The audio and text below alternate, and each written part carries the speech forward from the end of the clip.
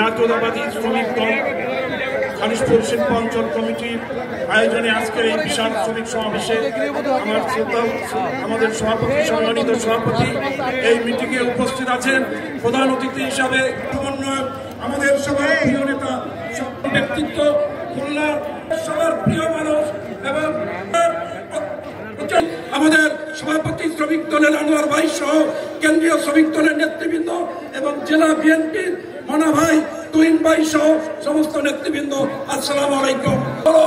সমস্ত বাকিয়া পরিশোধ করতে হবে। সংগ্রামী সাথীরা, এই দাবি বাস্তবায়ন হবে ইনশাল্লাহ। আগামীতে নির্বাচন হবে, জাতীয় সংসদ নির্বাচন। এই 3 আসনে আমাদের প্রিয় ব্যক্তিত্ব রফিকুল ইসলাম বকুল ভাই নির্বাচন করবে।